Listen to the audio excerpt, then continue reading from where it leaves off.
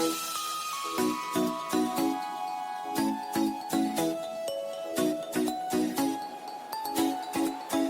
most important work of your life is the work you do within your soul. This is Home Improvement for the Soul. Okay, so we're back with Tal this week. Just a reminder to all of you out there who have been listening that once again, these were recorded at my home over Zoom because Tal is in Israel and it's hard to line up that timing with New York. So thanks for joining us again. Hi, I am Maddie Cheers, and welcome back to Home Improvement for the Soul.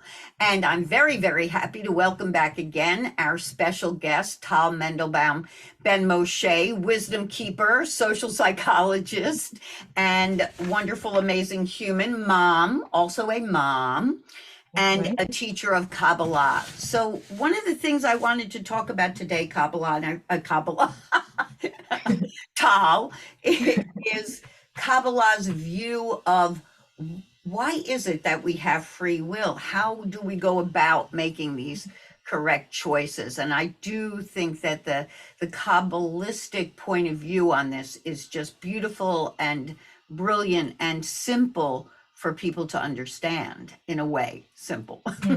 Yeah, I'll try to make it simple. Thank you, Maddie. I'm so glad to be here.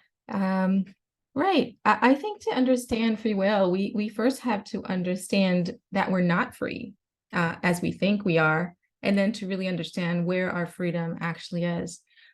Because we have an illusion in this world. In fact, I think it's probably true to say that our whole perception of reality is an illusion, which is a pretty deep topic in itself. What is this reality?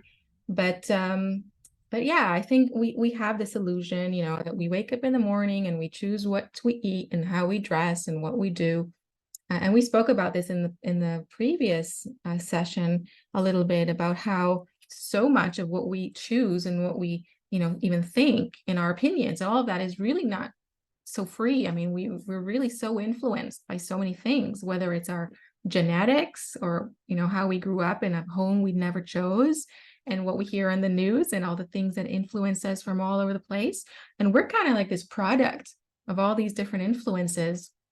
And then we think that we are choosing who we are and how we dress and what we say. And that's really not so true. And then the environment that we're in will determine 99% of who we become, right? Show me who your friends are. I'll show you who you are.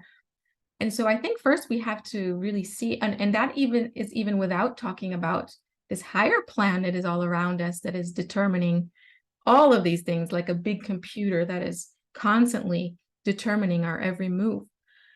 And there comes a point in one's life, and probably for people who are listening to you, they've come to this point where you begin to ask questions about life, right? Who am I? What is this life? Or what is it all for? What is the purpose? And if it's so transient, and what are we actually doing here that is meaningful? How do we find that meaning?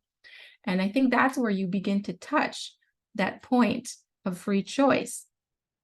And it's not really about what you do in your everyday. It's more about something inside of you that wants to discover who you truly are. And I think that is where it begins. The Kabbalah calls this the point in the heart. It's this little point in our consciousness or in our desire where we seek to evolve and to discover our soul and the things that are higher. And in that place, we have some choice, because the way that the system is structured is so everything, like this life, is really all here so that we would evolve that consciousness. Right. I heard this really nice video where there were these scientists talking about the universe. By the way, scientists don't understand 96% of reality. Did you hear that? Right. I keep reminding people of that, that we've only got like 4% down, and that's the matter part. Right. And the rest they call dark matter, and they don't really know what it is. Right. So they said something about the universe being trying to awaken to itself and to know itself. they have this understanding. These are scientists that really, like Carl Sagan, people who really try to understand the universe deeply, and they came to a conclusion that what's happening here, this thing called reality, is kind of like the universe trying to know itself. So I think free choice is really that place where you have this point in your consciousness that is wanting to know who you truly are and what this reality truly is. And when you begin to pursue that, that is where you begin to activate your free choice to evolve consciously. So it's all really predetermined according to Kabbalah. The steps, the beginning point and the end point, it's all really known in advance, much like a seed is going to become an apple tree or a pear tree, or a sperm will become a person. Right. That seed of evolution of who we are meant to become at the end of the road, it's all pre-planned. The only thing that we can really choose is how fast and in what way, and like how this will turn out. We can choose the pace. We can decide to invest in our spiritual evolution. We can decide to put ourselves in an environment of people who want to grow spiritually and evolve their consciousness. We can read the books. We can, that's our free choice. And from that higher evolution, everything else is determined. What happens in our lives, our health, the state of our relationships, the amount of suffering we experience, everything is determined by the pace of our conscious evolution. And that to me is free choice. So I hope I explained it well and as simply as I could. I actually think that's great. And that goes right into a lot of what's being talked about at great length and explored now by some of our wisest philosophers and scientists. And that's the nature of consciousness itself. That we cannot really, we know that it comes from somewhere into us. It is not something that we are generating. That much we know.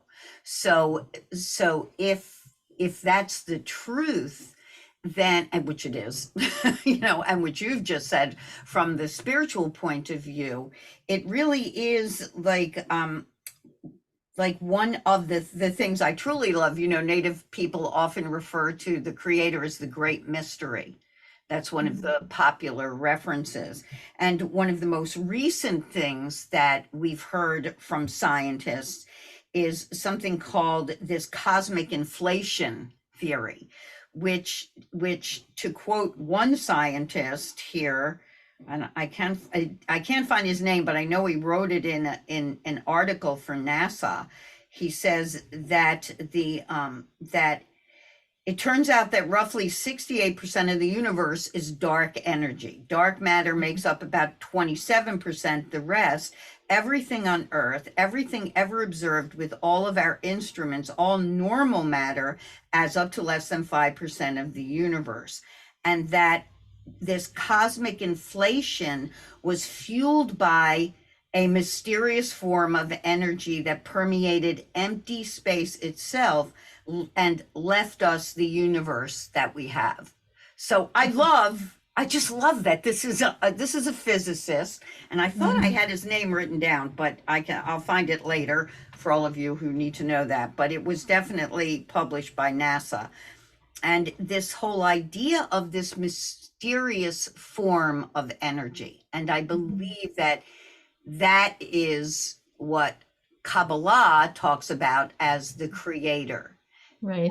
So what you're saying is and yet, when scientists talk about it sounds so general, right? And in Kabbalah, it's so personal. Yes, it's really this understanding that this energy that created us, and it is a kind of like a force of giving, of positivity that wanted to create, and it needed someone to give to, so it created us, and we are this vessel of reception that is like, that's our nature. We want to receive, right? We all want to receive pleasure, and yet we have to undergo this process of conscious evolution so that we can learn how to receive and how to connect to that force or energy that wants us to become partners with it and to receive consciously from it. And it's a very personal thing, because this, like, it sounds like it, it created the universe and then left it alone, right? And now we're all alone here in this universe in the middle of space, this little ball in the middle of space. And we're like little kids, we're running around fighting each other and worried about, I don't know, the smallest little things. And that's our life, right? We think, God left, or that higher consciousness left us. And it's not so. This higher consciousness, or we can call it Mother Earth, or Spirit, it never left us. It's always here, and it's growing us. It's like we're in her womb, and it's constantly growing us for us to finally be able to awaken and connect to it, begin to communicate with it, and discover how it's still here, and it's really in charge of every little detail in our life. From the people we meet and the things that we do and what we feel and what we think. Oops. Sorry, I forgot. I'm in the office.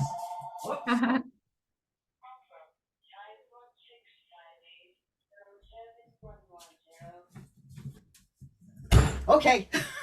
Hopefully that doesn't happen again. Sorry, audience. Sorry, Tal. So Maybe I'll go back now. Yeah. That was a reminder. Right.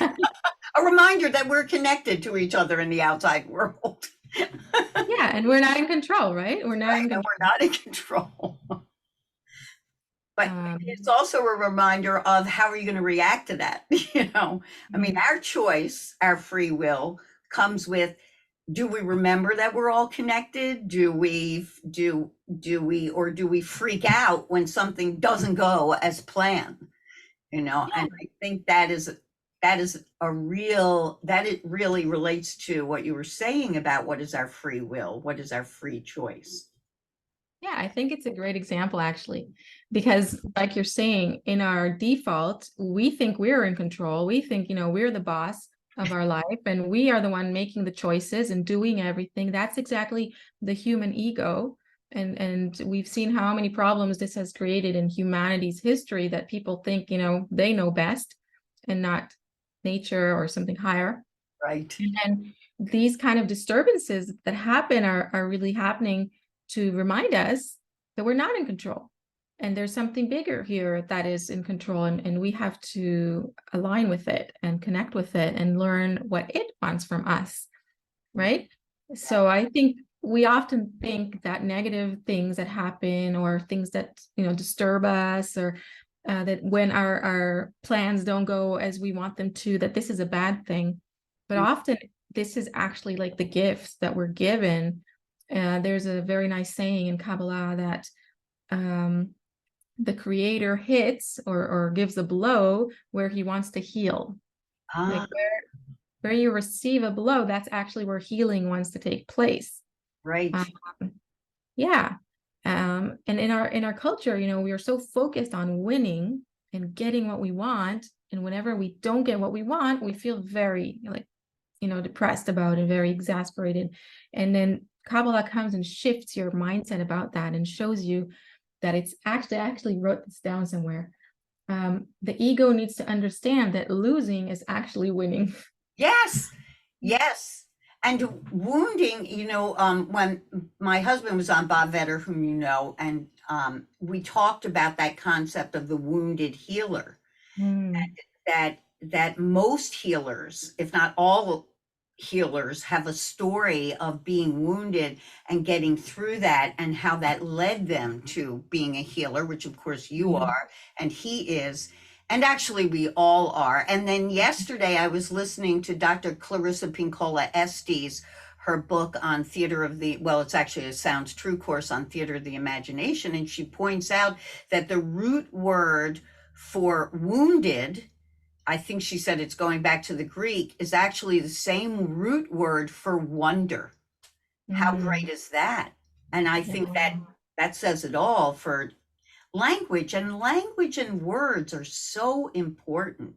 Yeah. To look at, and the way that language is used, the intention with which it is used. So it's not that, I think one of the beautiful things about Kabbalah is it very deeply teaches that we can disagree. We can even disagree with the creator. It has to do with, are we being respectful of ourselves and the creator and all of nature in the process? Mm. Yeah, I mean, nature is the unity of opposites, right? Yes. We're not supposed to be the same. Right. We just need to learn how to connect above our differences, and that's the magic. Yeah. When we discover our oppositeness, right? Male and female, we're different, but when we connect, we create new life. So we're not supposed to be all like, cookie cutter same. We're supposed to be different. But I wanted to say something about it was so powerful about the part about being in control, and how when that's disrupted, when we discover that we're not in control or something doesn't go our way, why is that really a gift? And it's because we are constantly evolving and we need to change, we need to evolve, and unless something comes along and pushes us a little bit and disrupts us a little bit, we prefer to stay the same. This is our nature, to be at rest, to stay in our comfort zones, to stay where we know the territory, where everything's familiar. And then in order to help us grow, and if it's your time to grow, right? Because, and this is also very interesting, it's just like in nature, there is a certain order where different parts need to evolve. Like in an embryo, different organs need to evolve at a different time. So if it's your time to evolve, then the system will pressure you to begin your conscious evolution, and then it will pressure you by, for me, it was an illness. For other people, it can be even, easier things, but it will begin to show you that you have to like open your ears and open your eyes to something bigger than yourself. And usually it does this by some sort of shock. It's kind of like, I've heard the example of like a child and they want to keep playing with their little ragged doll, and yet they have to grow up, right? They have to let go of the little ragged doll so they can get like a real car or a real something that's more suitable for somebody who's more grown up. And we are often hanging on to those ragged dolls, the things that we think are good for us, and we have to be able to let go of them to accept and open up to something bigger and better that the universe wants to give us. And mainly for our own personal inner growth that wants to take place. So again, it's shifting your mindset and seeing the negative as positive, and seeing like the lack of success as an actual success, and the part where you're not getting what you want as actual love. Like you're constantly being loved, so loved that the universe won't give you what's bad for you, even if you think it's the best thing in the world. So this is a huge mindset shift.